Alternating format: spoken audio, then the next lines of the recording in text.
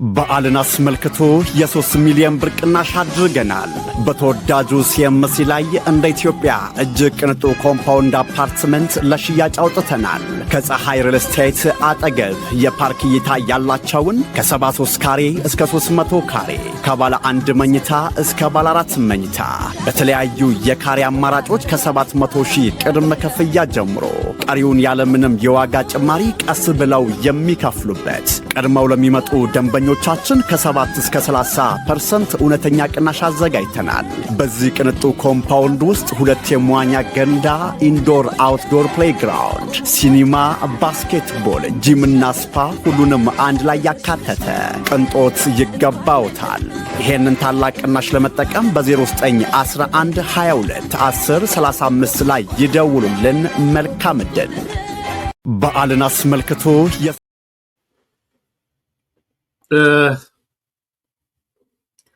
የአሜሪካ መንግስት በአምባሳደሩ በኩል ማሳሰቢያ ለህወሓት መላኩን ዋነኛ መረጃ ሆኗል እና ትንሽ ሳላየው ሳልዳስሰው ማለፍ ስላልፈለኩኝ ነው። እንግዲህ የመረጃው ምንጭ ዩኤምዲ የሚባለው ካናዳ የሚገኘው ሚዲያ ነው። በእኔ እምነት የትግራይ ብሔርተኛ ሚዲያ ነው። ሚዲያው ፕሮፌሰር ጌታቸው የትግራይ ብሔርተኛ ነው ብዬ አምናለሁ።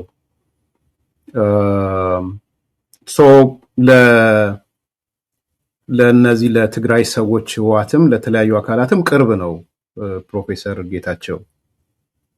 እሱ ዩኤምዲ ሚዲያ የሚባላለው ዛሬ ሼር ያደረገው ነገር ተቀጣጥሏል። የሚዲያው ማለት ነው። ምንድነው የተከሰተው?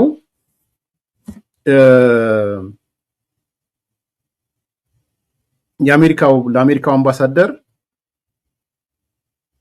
ደብረጽዮን ደውሎለት ነበረ። እንግዲህ በመረጃው መሰረት ደዋዩ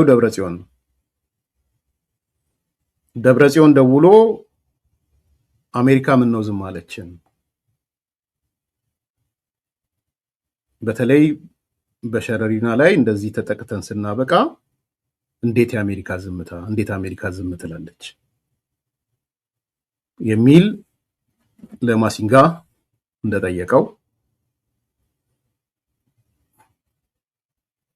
አምባሳደሩም ወደ 4-5 ቁም ነገሮች የያዘ እኔ ያስኳቸው መልስ ሰጥቶታል። እሱን ነው ዛሬ የምናነሳው።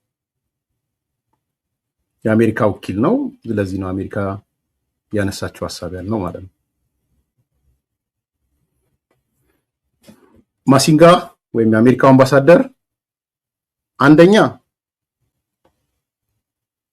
እንግዲህ የትግራይ ብሔርተኛ ሚዲያ ነው ብያቸዋለሁ። እንግዲህ ሌላውን ትረስት ማክሲመም ትረስት ይኖረዋል በመረጃው ብዬ ስለማስብ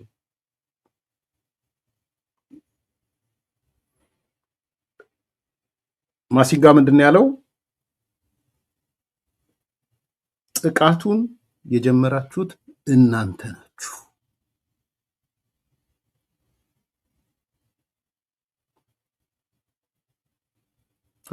ከብሔርተኝነትም አልፎ ትግራይ ትገንጠል አገርቱን የሚል ህልም እንደነበረው እኮ አውቃለሁ፣ ወይም ሲያወራ ነበረ። የተወው እኮ እንኳንም አገር አልሆነች ብዬ ያሰብኩ ያለው በድምፅ ሰምቼዋለሁ ወንድሜ ፍትህ።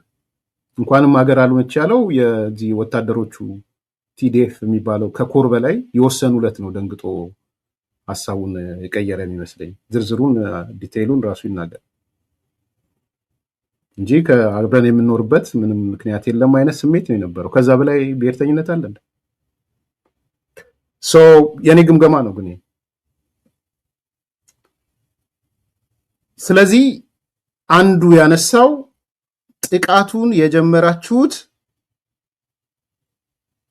እናንተ ናችሁ። You are the one who started the attack ነው ያላቸው። የአሜሪካ መልስ ነው ማለት ነው። በኬብልም ሄዷል ማለት ነው ለስቴት ዲፓርትመንት። በጣም ግልጽ እንድትሆን የአሜሪካ አሰራር ላይ ባይዘው ኤምባሲዎቹ ምኖቹ የሚናገሩትን ነገር ሪፖርት ያደርጋሉ ለስቴት ዲፓርትመንት። በኬብል ያስተላልፋል። የመጀመሪያው ስቴትመንት ይሄ ነው ለኔ። ጥቃቱን የጀመራችሁት እናንተ ናችሁ።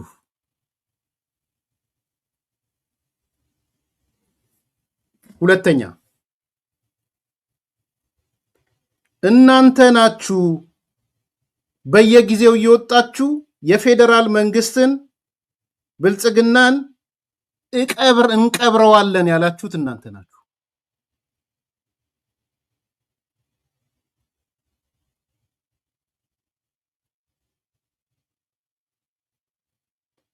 በየወጣችሁ በብልጽግና መቃብር ላይ ነው የትግራይ ነፃነት የሚረጋገጠው። በጣም እኮ የሞተ እኮ ፕሮፓጋንዳ ነው ይሄ። በነገራችን ላይ የሞተ ከሻቢያ ሙትቻ ፕሮፓጋንዳ የመነጨ ነው።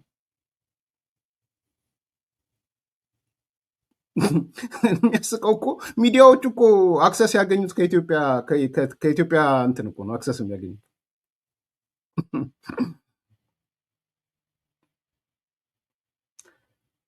ምን አለ ማሲንጋ የአሜሪካ መንግስት አምባሳደሩ፣ በየጊዜው እየወጣችሁ የፌዴራል መንግስትን እንቀብረዋለን እያላችሁ የምትሉት እናንተ ናችሁ። ሁለተኛ እሱ ነው። ሶስተኛ እናንተ ናችሁ ዲፕሎማሲያዊ እንቅስቃሴን ያዋረዳችሁት፣ አንደርማይን ያደረጋችሁት። የድፍረታቸው መጠን ግን ደዋዩ ደብረጽዮን ነው። ሲደውል ደግሞ ለምን ዝም አላችሁም ብሎ ነው የደወለው። የእፍረት ደህና ሰንብች የሚሆነው ማሲንጋ አሜሪካ ሲሄድ ግን መቀሌ ሲሄድ ግን ደብረጽዮን ጠፍቷል፣ ተደብቋል፣ ወይም ደግሞ አስመራ ሄዷል። እንደሚመጣ እያወቀ አስመራ ሄደ። ከአሜሪካ ኢሳያስ ይበልጥብኛል ብሎ ነው ሄደው። ዩኤምዲ ይባላል ሚዲያው። አሁን አንተ እፍረት ደህና ሰንብች። መጀመሪያ ላይ አስተጓጎሉት እንዳይሄድ ቀረ። ሁለተኛ ላይ ሄደ። እኛ እንደውም ለምንድን ነው 10 ጊዜ የሚካሄደው? ይሄ እኮ ተለማመጡን አይነት ስሜት ይፈጥራል አለን በአደባባይ ብዙ ሰው።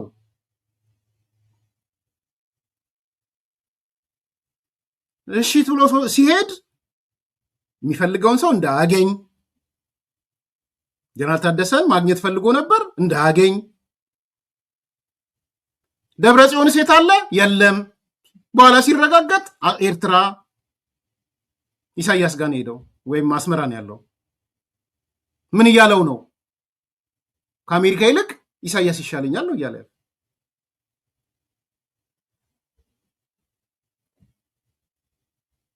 ስለዚህ አሁን መጥተህ ምንድን ነው የምትለው? አንደርማይን ያደረጋችሁት ዲፕሎማሲን እኮ እናንተው ራሳችሁ ናችሁ። ደግሞ አሜሪካ ዲፕሎማሲዋን አንደርማይን ባይዘው አሜሪካ በቀለኛ ናት እንዳይመስላ። ዲፕሎማሲያቸው በቀለኛ ነው። ጎት ሪድ የዚህ የዲፕሎማሲያቸው አባት የሚባለውን አንብቡት። ዲፕሎማሲ የሚል መጽሐፍ አለው። እንደውም 1-2 ወር ሆነኝ እያነበብኩት። ሊደርሺፕ የጻፈው ማን ነው? የአሜሪካን ዲፕሎማሲ ፈታቶ ገጠመው የሚባለው ሄንሪ ኪሲንጀር እዛ ሼልፍ ላይ ስላለ። የአሜሪካ ዲፕሎማሲ በጣም በጣም እልህኛ ዲፕሎማሲ እንደምታዩት እንዳይመስላችሁ። መንበርከክን መዋረድን የሚጠላ ዲፕሎማሲ ቁጥር አንድ አሜሪካ። ደግሞ በጋራ ነው የሚቆሙት እንዳይመስላችሁ። ዲሞክራት ሪፐብሊካን ምናም ስትሉ በውጭ ጉዳዮቻቸው ላይ በተለይ አሜሪካን አንደርማይን የሚያደርግ ነገር ከመጣ እርስ በራስ ይገዳደሏታል እንጂ አብረው ነው የሚቆሙት። አብረው ሪፐብሊካን በል ዲሞክራት በል። ስለዚህ ይህ ሰውዬ አንደርማይን አድርገውኛል ብሎ ለስቴት ዲፓርትመንት ልኳል ማለት ነው እንደገባኝ። ሄንሪ ኪሲንጀር በምንም ተአምር ነው የሚለው ሄንሪ ኪሲንጀር ዲፕሎማሲ የሚለው መጽሐፍ ነው። የአሜሪካ ዲፕሎማሲ የበላይነት ሁሌ መያዝ አለበት ነው። መሰበርን ምርጫው ማድረግ የለበትም ነው የሚለው። አይ ቲንክ የትራምፕ የተመራበት ያለው ነገርም እሱ ይመስለኛል። አሜሪካ ፈርስት ወዘተ ወዘተ። ከየትኛውም ሀገር በላይ የጦር መሳሪያ መያዝ ከአሜሪካ በላይ አይቻልም። በእንትን እኮ አስቀምጦታል በፖሊሲ ደረጃ። የትም ሀገር ቻይናም ትሁን ማንም ትሁን የጦር መሳሪያም የዲፕሎማሲም ከአሜሪካ በላይ መያዝ አይችሉም። ስለዚህ ልታዋርደው ከመጣ ጊዜና ወቅት ጠብቆ ልኩን ይነግርሃል።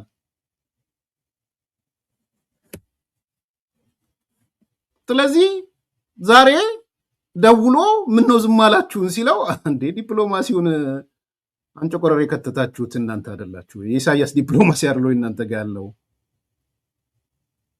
ነው ያላቸው በዩኤምዲ መረጃ መሰረት እንድ በብዙ መንገድ አረጋግጫለሁ ነው የሚለው። አሜሪካ ኤምባሲም ደውያለሁ ነው የሚለው ሚዲያው።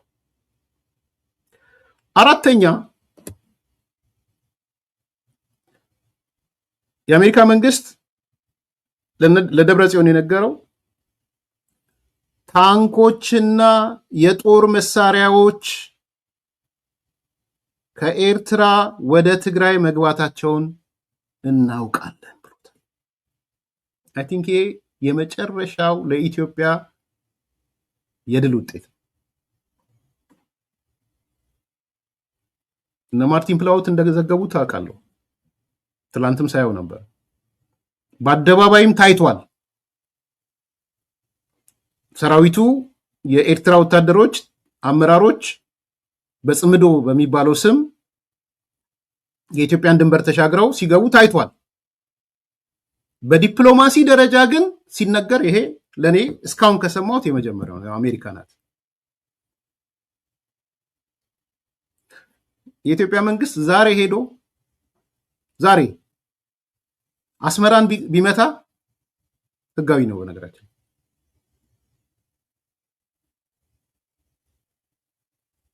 ታንኮችና የጦር መሳሪያዎች ከኤርትራ ወደ ትግራይ መግባታቸውን አውቀናል፣ አይተናል። አሜሪካ ብዙ ሳተላይት አላት። ኢች ኤንድ ኤቭሪ ቦታ ሚዳስስ ሳተላይት አላት። በምን መመዘኛ ነው የኤርትራ ታንኮች ወደ ትግራይ የሚገቡት? በምን መመዘኛ ነው?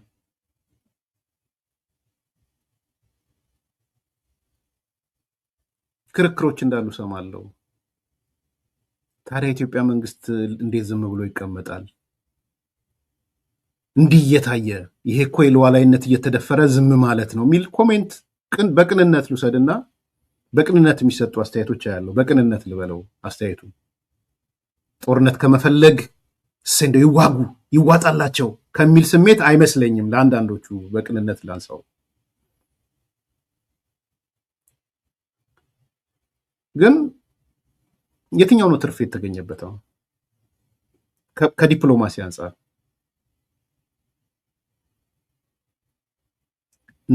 ነገ የኢትዮጵያ መንግስት ይሄንን መሰረት አድርጎ አክት ቢያደርግ አሜሪካ እንዴት ይህን ታደርጊያለሽ አይልም። አሜሪካ ቢያንስ 90 ዓመተ ምህረት ላይ ኢሳያስ ወረረ ኢትዮጵያን የወረረችው የሚለው የባድመ ኬዝ አይነሳም ማለት ነው። ዲፕሎማቲክ ድል ተገኝቷል። ከዚህ አንጻር ያናድዳል፣ ያቆስላል። ለምን ድንበራችንን ጥሰው እንዴትስ ይገባሉ? እስካሁንስ ይገባሉ? እንዴት ታንክ እስኪያስገቡ የሚል ጥያቄ ሊያስነሳ ይችላል። አያስነሳም እያልኩ አይደለም። ነገር ግን በአሜሪካ ደረጃ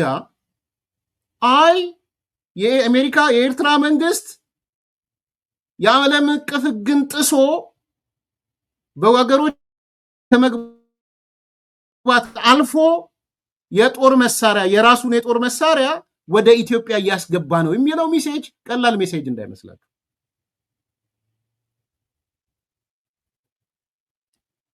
በደንብ ተጠቀሙበት። የዩኤምዲ ሚዲያ፣ ውጭ ጉዳይ መስሪያ ቤት፣ የኢትዮጵያ ስቴት ሚዲያዎች ከከሌ ከትግራይ ብሔርተኛ ከምናም ቀረበ ብላችሁ አታጣጥሉት። ኤምባሲውንም አረጋግጫለሁ ስላለ ውጭ ጉዳይ መስሪያ ቤት በደንብ ተጠቀሙበት። ይሄ ስቴት ሚዲያዎች ተጠቀሙበት፣ ሌሎች ሁሉ ሚዲያዎች ተጠቀሙ፣ ኢንተርናሽናሊ ተጽዕኖ ያላችሁ ሰዎች ኤምባሲዎች ተጠቀሙበት።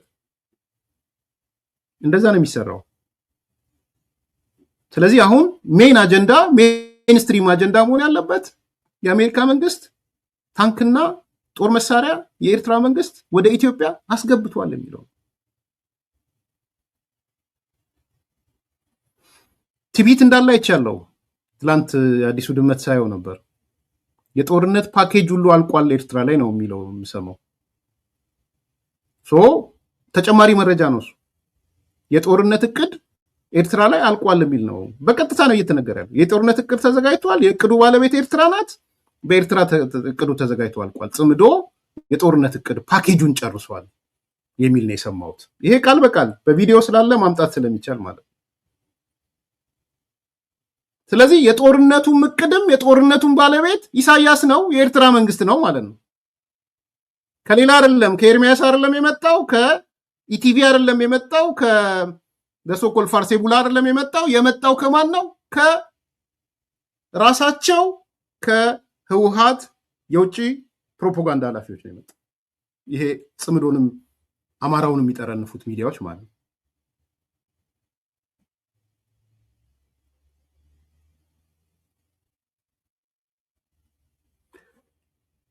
ስለዚህ ለኢትዮጵያ ዛሬ እኮ ነው ያልኳችሁ፣ ከእንቅልፋችን ስንነሳ የኢትዮጵያ መንግስት አስመራ እንደበደበ ቢባል እኔ አልገረምም። ይደብድብ እያልኩ አይደለም። አስመራ ማለት ኢሳያስ ያለበትን ማለት ነው። ካረጉትም እሱን ነው የሚያደርጉት። አውቃለሁ፣ እነሱም ያውቃሉ። ባይዘው ኢቭን እነ ደብረ ጽዮን ያውቃሉ። ሰራዊቱን የቅርብ መረጃ ነው የምነግራችሁ። በአንድ ወቅት የቅርብ እውነት ነው ብዬ ስለማምንም በአንድ ወቅት እነ ደብረ ጽዮን እነ ምናምን ፊት ለፊት እያዩቸው ከነሱ ጋር ግን ሌሎች ሰዎች ነበሩ። ለነዛ ለንጹሃን ዜጎች ተብሎ ምትቁ እንደቆመ ሰብቻለሁ። ከማምነው ሰው ማለት እንግዲህ ማመን እንዴት ነው? አንጻራዊ ያርጉልኝ ማመን የሚባለውን ነገር።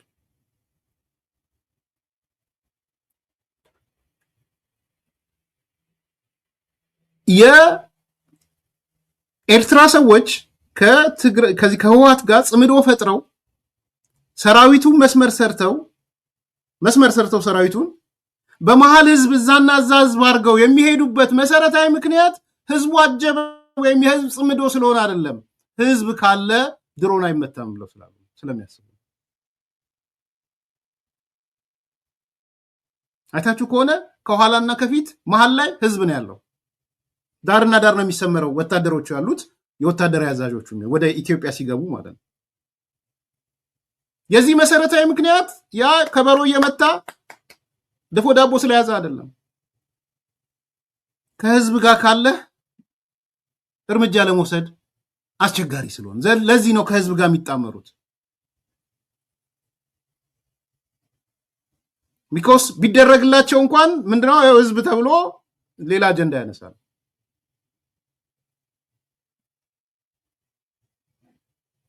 ስለዚህ አንዱ ለኛ ትልቅ እንደ ኢትዮጵያ ሰዎች ታንኮችና የጦር መሳሪያዎች ከኤርትራ ወደ ትግራይ መግባታቸውን የአሜሪካ መንግስት ማረጋገጡ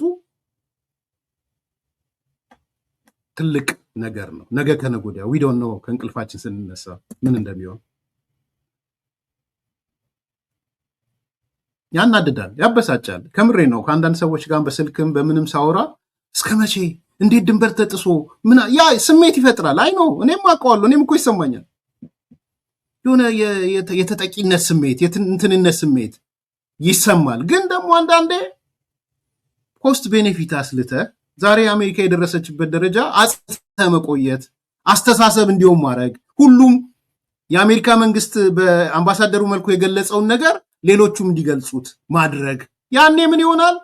ዲፕሎማሲ ካሸነፍ ካለቀ የዲፕሎማሲ ማሸነፍ ከጦርነት አንጻር ትልቅ ነው። የኢትዮ ኤርትራ ጦርነት ፌል ያደረገው ያኔ ትልቁ የዲፕሎማሲ ሽንፈት ስለነበረ ነው። በነገራችን ሆን ተብሎ እኛም ውስጥ የነበሩ ሰዎች ለሽንፈት ራሳቸውን ያመቻቹ ነበሩ። ግን ደግሞ አልተሰራም የዲፕሎማሲ ስራ። በተጨባጭ ኢሳያስ ታንኩን እያንጋጋ እየገባ እየታየ እኮ ዓለም የሚከራከረው ትንሿን ሀገር ትልቁ ሀገር ወረረች እኮ ነው የተባለው። ትንሿ ሀገር ትልቁ ሀገር ትንሿን ወረረች፣ የድሮ ተስፋፊነቷ መጣባት ምናምን እንደዛ ነበር እኮ የዓለም አቀፍ ዘገባው። ከኤርትራ ጋር እኮ የቆሙ ብዙ አካላቶች እኮ ነበሩ። ግን ምንድን ነው የሆነ? ኤርትራ ወታደር ታንክ ነው ተከተልትሎ የገባው። ስለዚህ ከዛ አንጻር ሌሰኑ ዛሬ አንድ ሌሰን ተወስዷል። ይህም ማክሲማይዝ ማድረግ ያስፈልጋል ብዬ አምናለሁ። አራተኛው ይሄ ነው። አምስተኛው እናንተ ህወሓቶች እያደረጋችሁት ያለው ነገር አሳሳቢ ነው፣ ምድር ላይ ያለውን ሁኔታ እየለወጠ ነው ብሎ ነግሯቸዋል ማሲንጋ። ለማን? ለደብረጽዮን። እነዚህ 5 ነገሮች ወሳኝ እንደሆኑ በዩኤምዲ ሚዲያ ላይ ወጥቶ በኋላ ዳዊት ከበደንም ስሰማው በዝርዝር አቅርቦታል። አውራምባ ታይምስ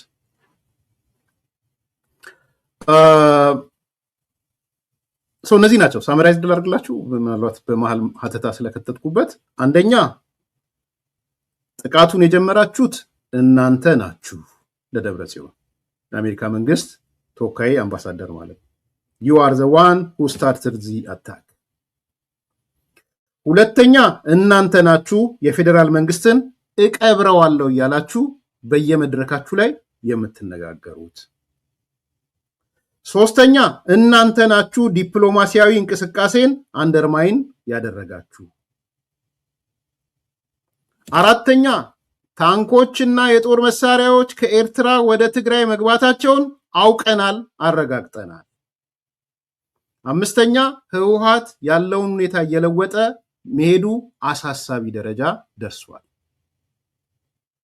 ስለዚህ እነዚህ 5 ጉዳዮች የደብረጽዮን ስልክ የሰማው ንግግሮች ናቸው።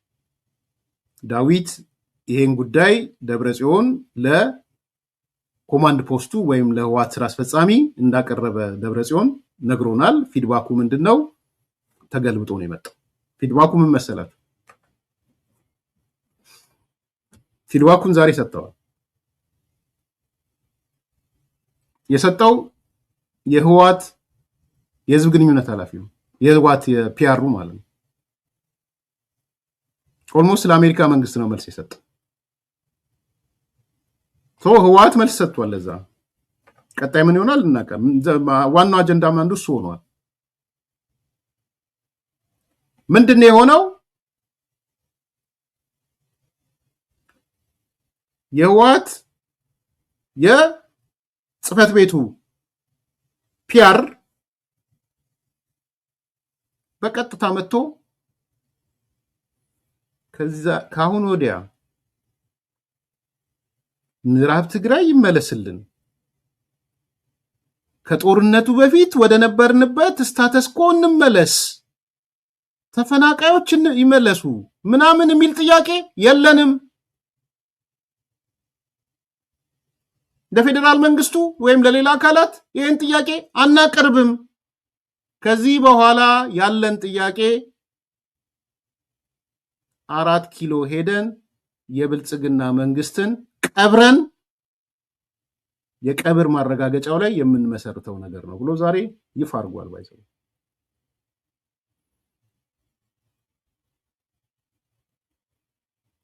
ይሄም ሌላ እድል ነው። ስለዚህ ምዕራብ ትግራይ ይመለስ፣ 40% መሬታችን ይመለስ ምናምን የሚባል ነገር የለም።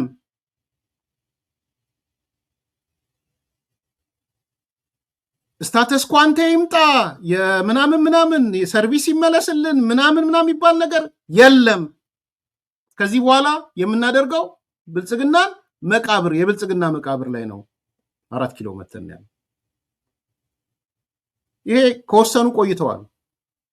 በፊት ግን ሲናገሩ የነበረው ይሄ ካልተደረገልን እያሉ ነበር የሚናገሩት። 40 መሬታችን ካልተመለሰ ተፈናቃዮቻችን ካልተመለሱ ምናምን ነበረ በፊት። አሁንስ እሱም ቢመለስ ወደ 4 ኪሎ ጉዟችንን አናቋርጥም ነው። መቃብር ውስጥ ብልጽግና መክተታችንን አናቋርጥም ነው። ይሄ ነገር የመጣው በሁለት ሶስት ጉዳዮች ነው። አንደኛው ከሻቢያ ጋር ያለው ስምምነት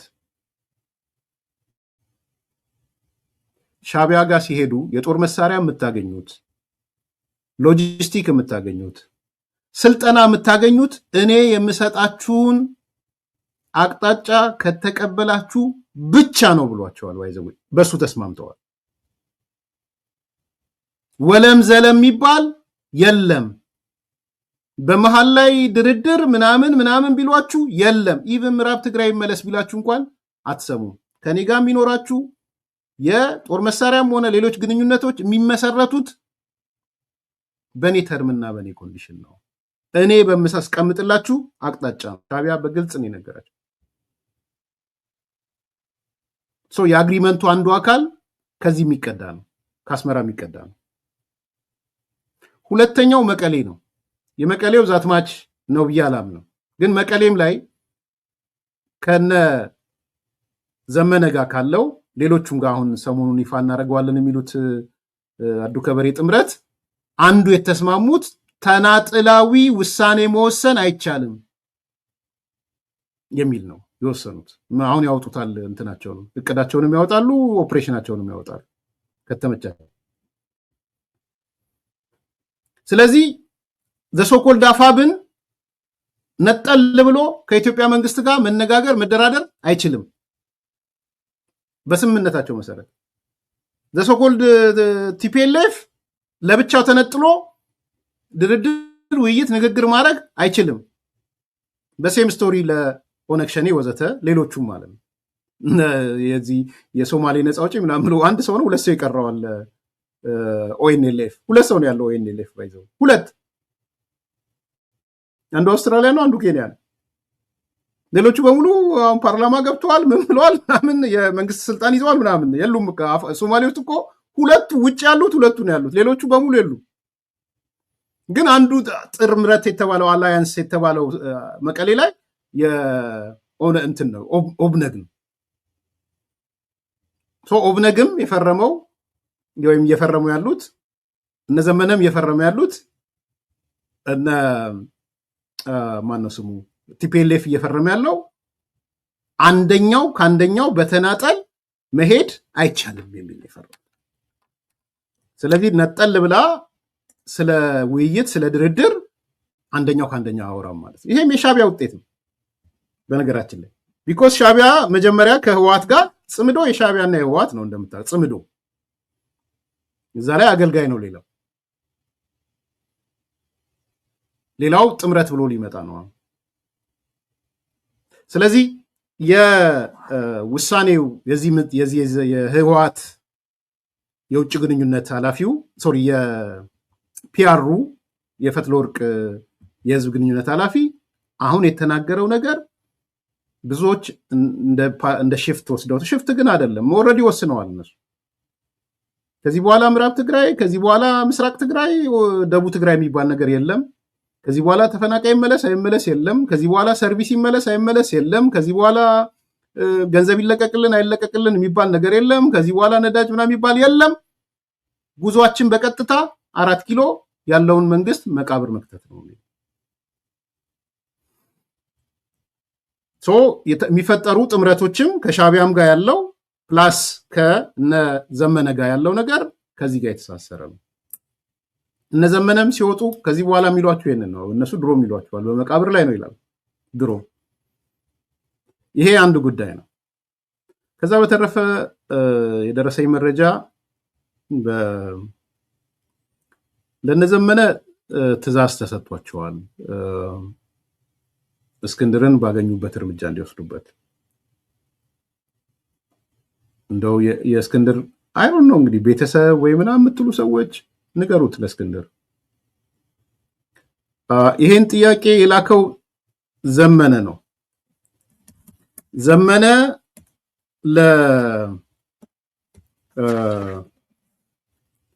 ተፈሪ ካሳሁን ለሚባል ሰው ነው የላከው። ተፈሪ ካሳሁን አሁን የቴዎድሮስ እዝ ዋና አዛዥ ነው መሰለኝ። ቴዎድሮስ እዝ የሚባለው የጎጃሞቹ ማለት ነው።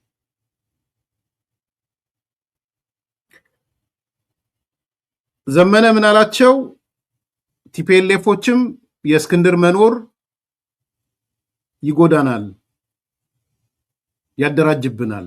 ምንም ስልጣን ባይኖረው ምንም ባይኖረው የቲፒኤልኤፍ ያለው ቋሚ ጠላትነት የሸዋ ላይም ስራ እንዳንሰራ ያደርገናል፣ ጎንደር ላይም ስራ እንዳንሰራ ያደርገናል። እንደ ጎስት እንደ መንፈስ ወስደውታል እስክንድርን። ቲፒኤልኤፎችን ባይዘው ቂም በቀልም አላቸው።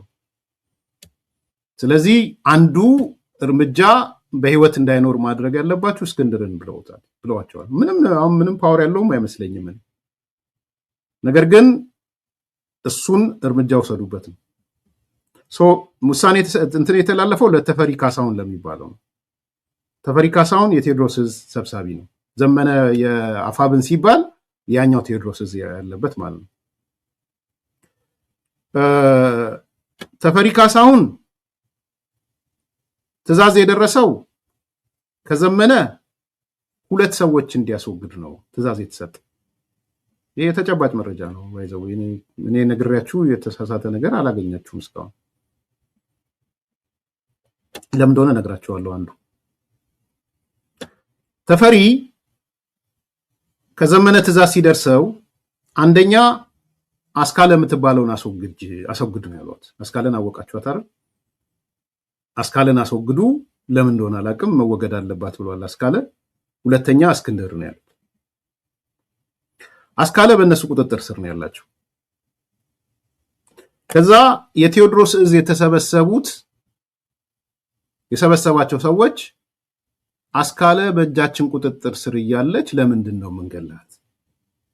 ይሄ የበለጠ ክስረት ነው እንጂ የሚያመጣልን ጥቅም የለም። እቺ ሰው ሌላ ቦታ ብትሆን ታሳምጽብናለች፣ እንዲት ልምናል መረጃ ታወጣለች በሚል ነው ባይዘው። ይሄ የ40 ሚሊዮኑ ምናምን ኬዝ እሷ እጅ ላይ ነው ያለው። የዚህ የህዋቱ ኮሎኔል ሲፈታ አስረስና ዘመነ የተቀበሉት በሚሊዮን የሚጠጋ ገንዘብ አለ። እዚህ ካለው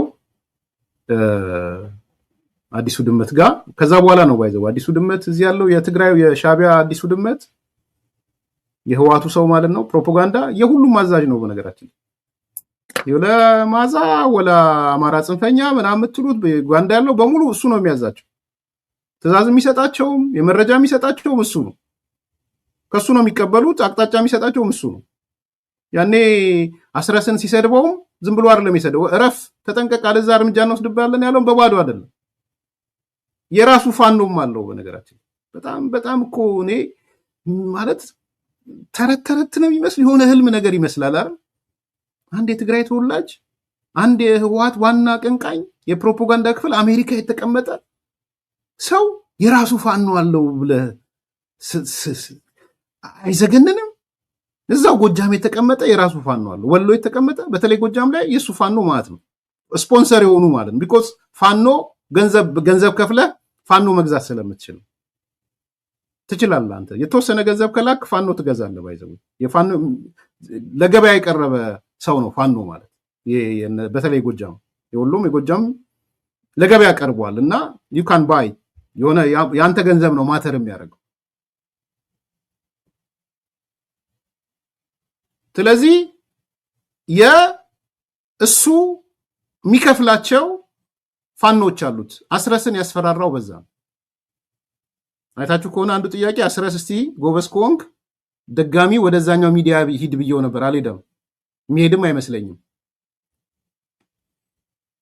ልጁ ፕሮ ጎንደር ነው፣ የጎንደር ብሔርተኛ ነው ብየው በዚህ አጋጣሚ በጣም ያዘነ ደብዳቤ ጽፎልኛል።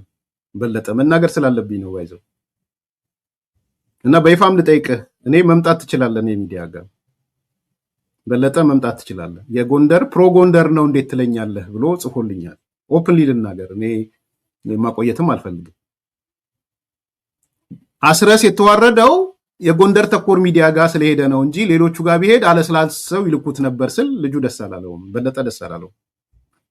ይኸው በይፋ ልናገር ብዬ ነብዬም አምናለው you can proof መተህ እዚህ እኔ ጋርም ፕሩፍ ማድረግ ትችላለህ በአደባባይ ስለተናገርኩ ማለት ያም ሆነ ይህ አስረስን ጠርቶ ስሙን ጠርቶ ሁለተኛ የብልጽግና ሚዲያ ጋር ብትሄድ ወየውልህ ያለው ከባዶ አይደለም የራሱ ፋኖ ስላለው ነው እዛ ያደራጀው ፋኖ አለ አስረስ እንዲመታው የሚችል ፋኖ አለ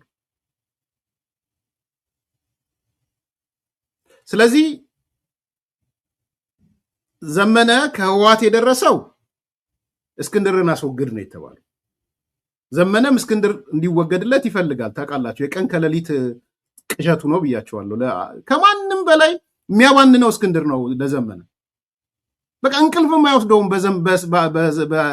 በእስክንድር ምክንያት ቢኮስ ይሄ የቴዎድሮስ የሚባለው ንጉስና በእስክንድርና በዘመነ መካከል ነው ያለው ሁሌ ነግራቸዋለሁ ግን ለማስታወስ ያለው እነዚህ አርበኞች በረኞች የሚባሉትም ሌሎቹም ቄሶቹ እዛ ዙሪያ ያሉትም ለእስክንድርም አንተነ ቴዎድሮስ ብለውታል ለዛኛውም አንተነ ቴዎድሮስ ብለውታል ስለዚህ ጉዳዩ ያለው ሃይማኖታዊ ይዘት አለው የንግስና ይዘት አለው እስክንድርን ካላጠፋ መተኛት አይችልም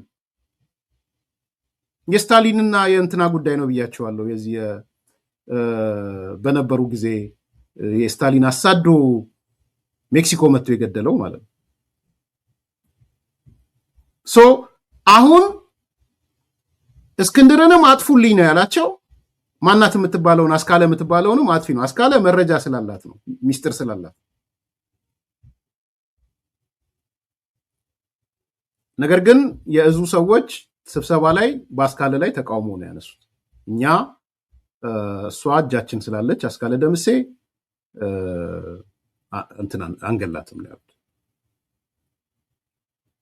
የሚገርም እኮ ነው እኔ አንዳንዴ ልክ ነህ አስካለ ደምሴ እኔ አናግሬያታለሁ ባልደራስ እንደሆነች የሚያወቁት እስር ቤት ከገባች በኋላ ነው እኔ ባልደራስ በነበር ንቅናቄው ስትወጣ ግን በጣም ይገርማችሁ አስካለ ደምሴ ስትወጣ እስክንድር ሲጠፋ እስክንድር የሆነ ወቅት አልጠፋ ሲጠፋ የነዚህ የአማራ ጽንፈኛ እና እነዚህ በሃይማኖት ሽፋን ዲያቆናት በእንትን የገቡት አማራ ጽንፈኛው ጋር ያሉት አስካለ ደምሴ ኦሮሞ ናት ላፍቶ ክፍለ ከተማ ነበር የምትሰራው ኦሮሞ ናት ኦሮሞ አስካለ ደምሴ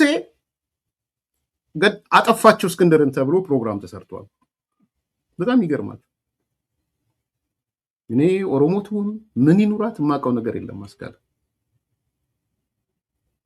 ግን ከሄደች በኋላ መጨረሻ ያጋጠማት ነገር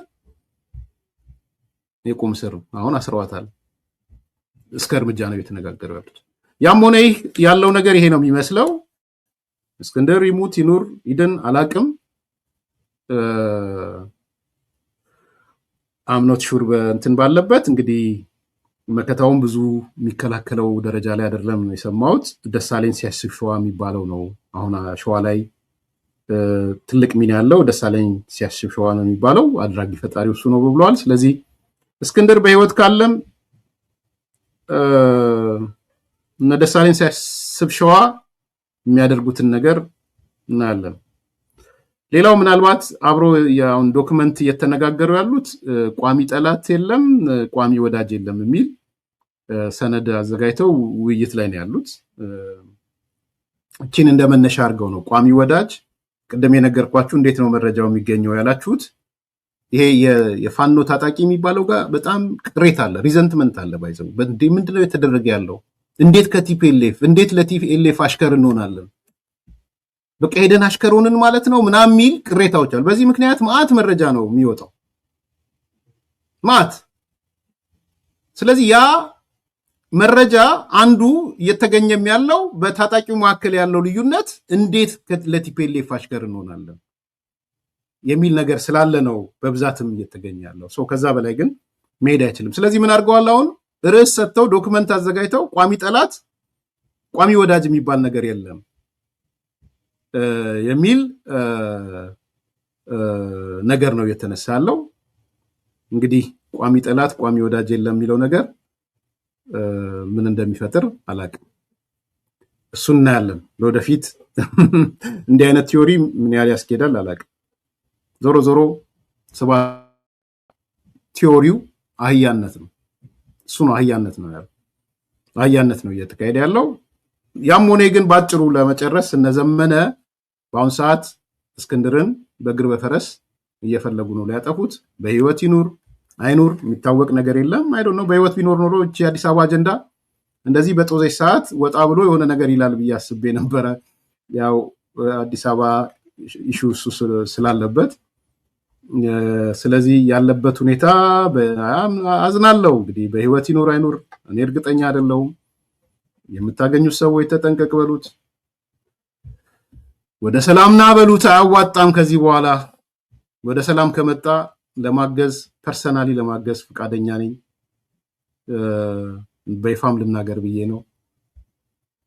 የሰላም ጥያቄዎች የአማራ ጥያቄ ወዘተ የሚባለው የሚፈታበት መንገድ ሌላ መንገድ ካለ ፐርሰናሊ ምንም እንዲሆን አልፈልግም። እስክንድር ይህንንም በአደባባይ መናገር እፈልጋለሁና ለልጆቹም ለቤተሰቦቹም ሲል ከዚህ ከደንባራ ለቲፒኤልኤፍ ተላላኪ ከሆነ መዋቅር ራሱን አሽሾ በህይወት ቢቆይ ጥሩ ነው ብዬ ነው ማምነው። ላይክ አርጉ፣ ሰብስክራይብ አርጉ፣ ሼር አርጉ። ሰብስክራይብ እያደረጋችሁ የዛሬውን ፕሮግራም ደግሞ ላይክ እና ሼር እያደረጋችሁ መልካም ቀን፣ መልካም ምሽት፣ መልካም ውሎ። በዓልን አስመልክቶ የ3 ሚሊዮን ብር ቅናሽ አድርገናል። በተወዳጁ ሲኤምሲ ላይ እንደ ኢትዮጵያ እጅግ ቅንጡ ኮምፓውንድ አፓርትመንት ለሽያጭ አውጥተናል። ከፀሐይ ሪል ስቴት አጠገብ የፓርክ እይታ ያላቸውን ከ73 ካሬ እስከ 300 ካሬ፣ ከባለ 1 መኝታ እስከ ባለ 4 መኝታ በተለያዩ የካሬ አማራጮች ከ700 ሺህ ቅድመ ክፍያ ጀምሮ ቀሪውን ያለምንም የዋጋ ጭማሪ ቀስ ብለው የሚከፍሉበት ቀድመው ለሚመጡ ደንበኞቻችን ከ7 እስከ 30% እውነተኛ ቅናሽ አዘጋጅተናል። በዚህ ቅንጡ ኮምፓውንድ ውስጥ 2 የመዋኛ ገንዳ፣ ኢንዶር አውትዶር ፕሌይግራውንድ፣ ሲኒማ፣ ባስኬትቦል፣ ጂምና ስፓ ሁሉንም አንድ ላይ ያካተተ ቅንጦት ይገባውታል። ይሄንን ታላቅ ቅናሽ ለመጠቀም በ0911 22 10 35 ላይ ይደውሉልን። መልካም ዕድል።